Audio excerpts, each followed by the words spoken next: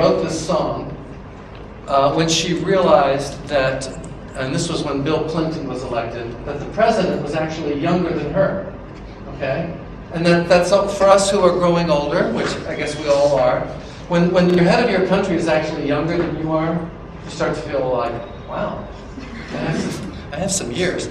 And where she went with that in her head, and why I want to teach the song to you, she said, I realized that we're no longer in an era where we can wait for a big leader to be elected. That we're in a new era in humanity where leadership is something that needs to become a part of all of us. And so she created a song called We Are the Ones. Now something I want you to know about creativity and the creative process. If you take a creative risk, it wouldn't be creative if there wasn't a chance of failure. If you know you're going to succeed, then so every time you take a creative risk, you don't know how it's going to turn out. Okay, so that's what we're doing right now. We don't know how this is going to be. So the first part goes, let's see, I think I'll do that over here. You just read that. Okay, we are the ones, okay, we are the ones, we are the ones, we've been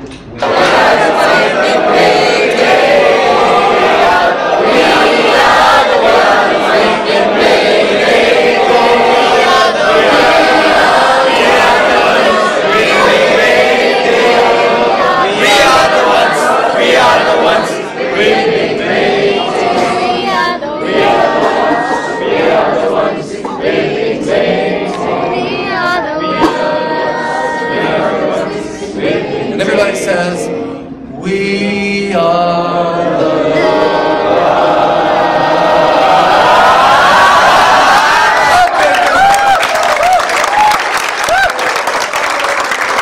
Thank you.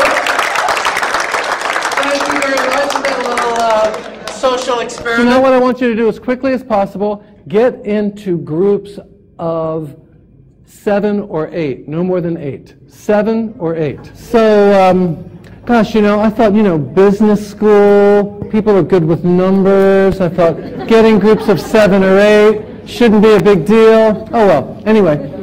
So we're entering a new phase of the workshop where we're going to start to play, to wake up the imagination, and we're going to play with theater and theater improv. And we're going to exemplify a principle I call turning up the heat slowly. Okay? That means that we're going to start with activities that are a lower level of creative risk. Still fun, but a lower level of creative risk, and then we'll build from there. But what I want to tell you is that, and I had some wonderful conversations with people during the break about how they would apply some of these activities in their work settings. So here's how this goes. A person will start, and they'll do an activity, a motion that's pretty identifiable. What does it look like I'm doing? Brushing my teeth. And so the person on my left will say my name, they'll say Charlie, and then they'll ask me, Charlie, what are you doing? Charlie, what are you doing? I am flying a kite. So what you do is, you're doing one motion, but you have to think on the spot of something completely different. And then that person starts flying a kite. And when you fly the kite, I want you to believe in that kite, really, like you're actually really doing it. Parul, what are you doing? I'm painting my nails. Okay, and then you stop what you're doing, and you start painting your nails. So the other person has to do whatever you say, okay? Avika, what are you doing? I'm playing with my dog. Adarsh, what are you doing? I'm riding a bicycle. Akash, what are you doing? I'm belly dancing.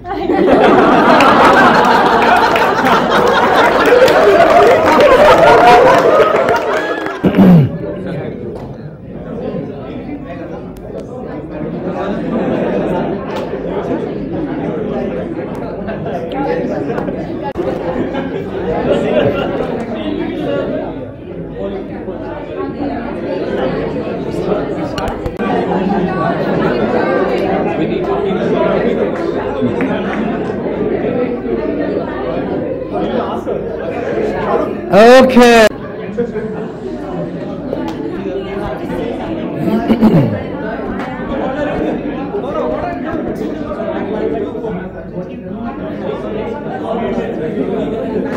So before we move on to the next activity, I just want to collect a few comments.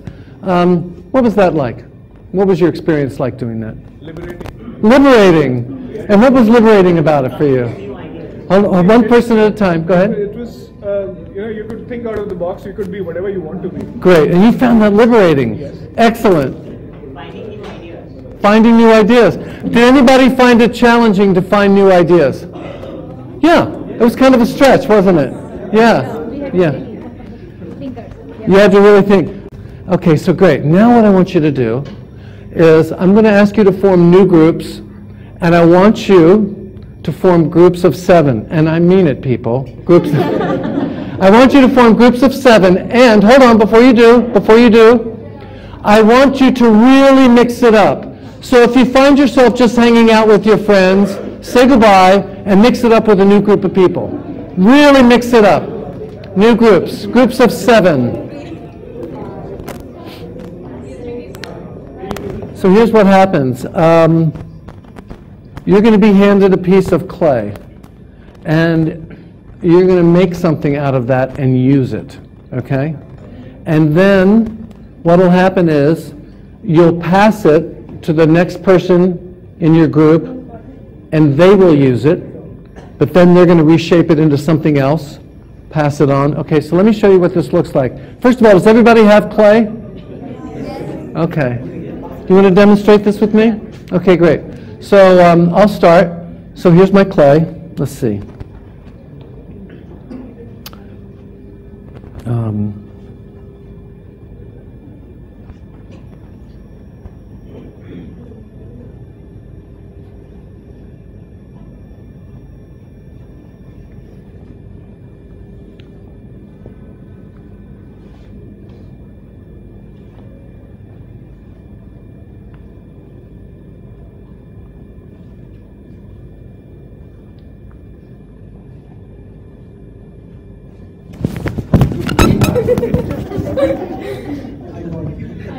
Okay, so the idea, great. So the idea is to not guess out loud, is then to pass your object over, and they use it. No, so you use it as I gave it to you, use the iPod. Great. And then just very briefly, and then you take it off and you shape something else.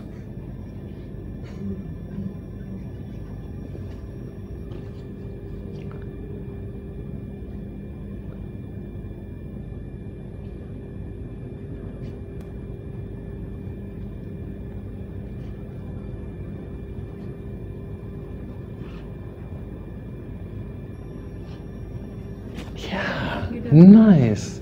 Okay, so then you hand it to the next person, and they take it and they use it.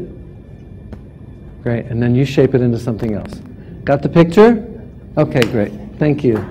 Okay, so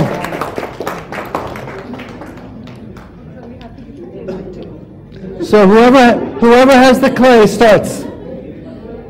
Whoever has the clay starts the process.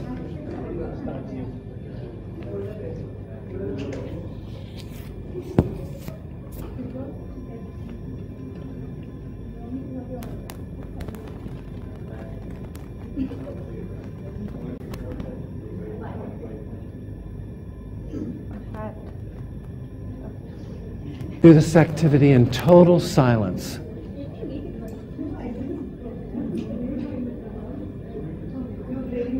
We try to do this in total silence. Good. Okay. Has everyone gone all the way around? Great. Okay. So let me ask you a question. What did you notice about the group that time? What did you notice about the group you were in? Yes. It was more of what we are, like gender based. She gave me a pile. I gave him a glass full of whiskey. He passed it. That's interesting. So you noticed some gender patterns. That's very interesting. Huh? What else did you notice about the group? The concentration level of Hold on. the concentration level of a person. The concentration level of a person. What about the group?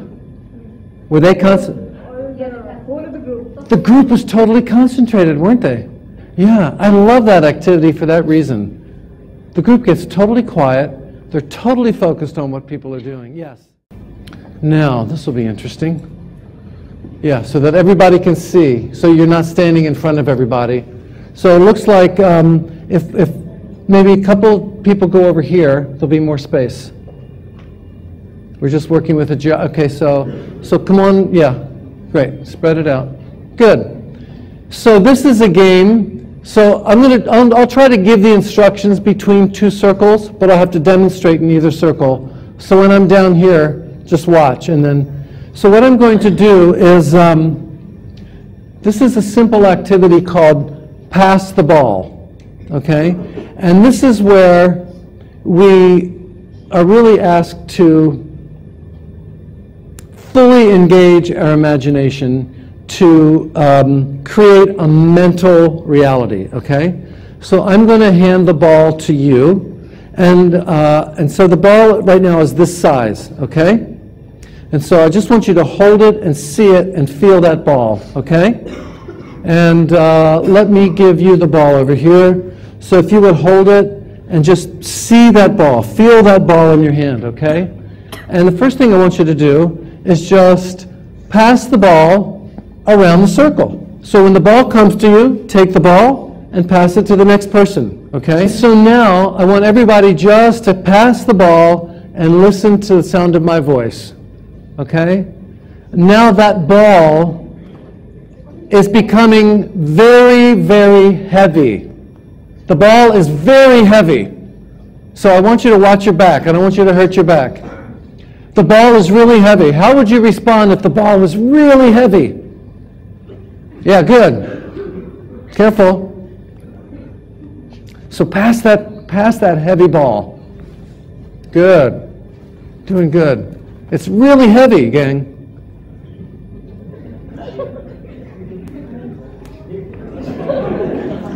So how would you respond if the ball was really heavy? Good. Good. Okay, so now the ball, oops, sorry. The ball is really light. The ball is light as a feather. So keep passing the ball around, but this time it's very light. Yeah, there you go. See, that's what I'm talking about. See that light ball. Great. And now the ball's quality is going to change. Right now it's very light. Good. Excellent. Really see it. Good. And now the ball is really hot. It's really hot. It's very hot. Good. And now, whoop, don't burn yourself. And now the ball is just fluffy like a rabbit. It's the cozy, fluffy little ball. Nice furry, a nice furry, fluffy ball. Keep passing the ball. There we go. It's a nice, furry, fluffy ball. Great. Good. Good. And now the ball is really stinky. I don't know what happened to that ball, but it stinks. But you got to pass it on. And now the ball is really slippery. It's like oily, greasy, slippery.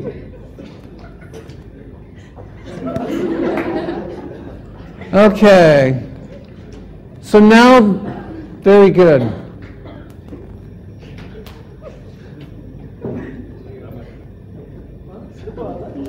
Excellent. And so now the ball is about 1.5 inches round. It's very small. It's about that round, okay? Great. It's about this round. And it's made out of the most exquisite Belgian chocolate. And that always happens. Okay, clap for yourselves. So, what we're starting to get into now is real improvisation. You know, I asked you to imagine that ball, really treat it like it was a real thing. How many of you felt like you were able to do that? Raise your hand. You could see it and feel it. You did really well with that. Very good. And so we're just starting to move gently into the area of improv. Those first games that we've played were games just to start to wake up the imagination, okay? And so we're gonna go a little deeper into the pond.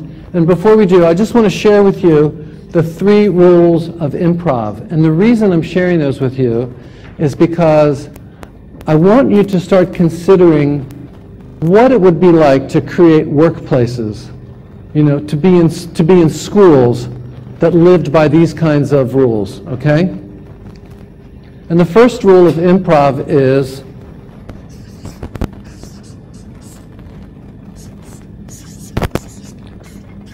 say yes. What does say yes mean? Anybody know?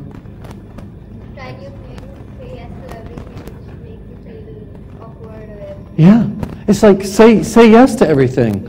Yeah. So say yes, it means accept what's given. When you're in an improvisation situation, if someone, you know, said, okay, the ball is really heavy, and you pass it on, oh, and you hand it to somebody and they go like, what happens to the energy? Kind of goes down, doesn't it? So improv works when you receive what's been given, okay, and you believe in it, okay. So you work with what is in front, what has been given, what's been created, okay, and you build from there. The next rule of improv is your first thought is your, anybody know what goes here? Best.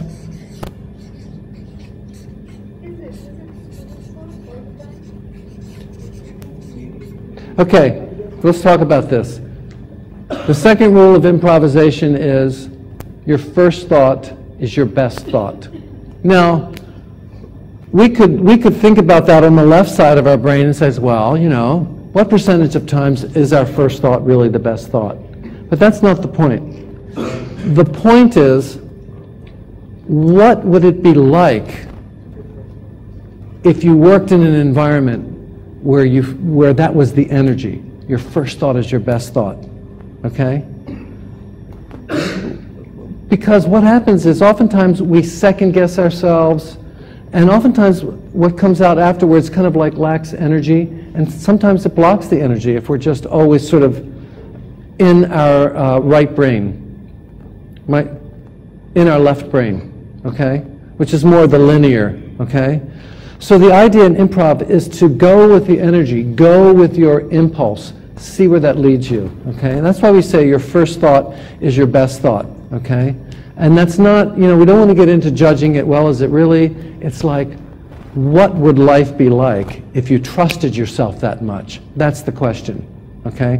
What would life be like in this workplace if we trusted each other that much to feel like our first thought was our best thought? What would happen is you generate a lot of ideas, okay? And people will be much freer about sharing their ideas. Make sense? Get what I'm saying? Okay. And here's the third one. Yes? That can make you impulsive thinker and you can take wrong decisions in life and work. Right.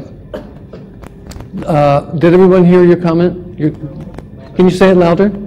I said that that can make you impulsive person and you can make wrong decisions at workplace and your personal life.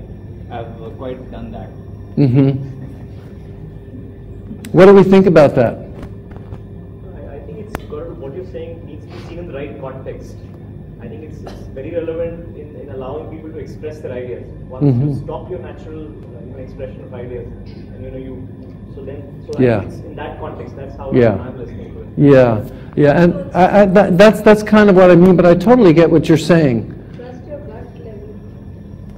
If you're Yeah. more in tune with yourself, then maybe your first thought will be the right thought. If you're not in tune, you're very disturbed and things like that, then your first thought may not be the right thought. But if you're at peace with yourself, if you're in tune with yourself more, then your first thought will be That's another really important dimension, when you trust your gut. The perfect, say, Mhm. ideal and the perfect and the kind of God, you cannot be that. in tune with yourself. You know yourself better. Then this is better. See, my belief is that some of the best and most energetic ideas never make it onto the table because we're always second guessing ourselves. Okay? It doesn't mean that we don't also, at some point in the process, practice discernment. Do you see what I mean? But what I'm concerned about is the climate that we create when we're working on something with people. And I'm saying that there's a lot of value in trying to balance things out. Right now, I think as a world society, we're way too much in the left brain, linear modality. And what's called for oftentimes are, creative leaps.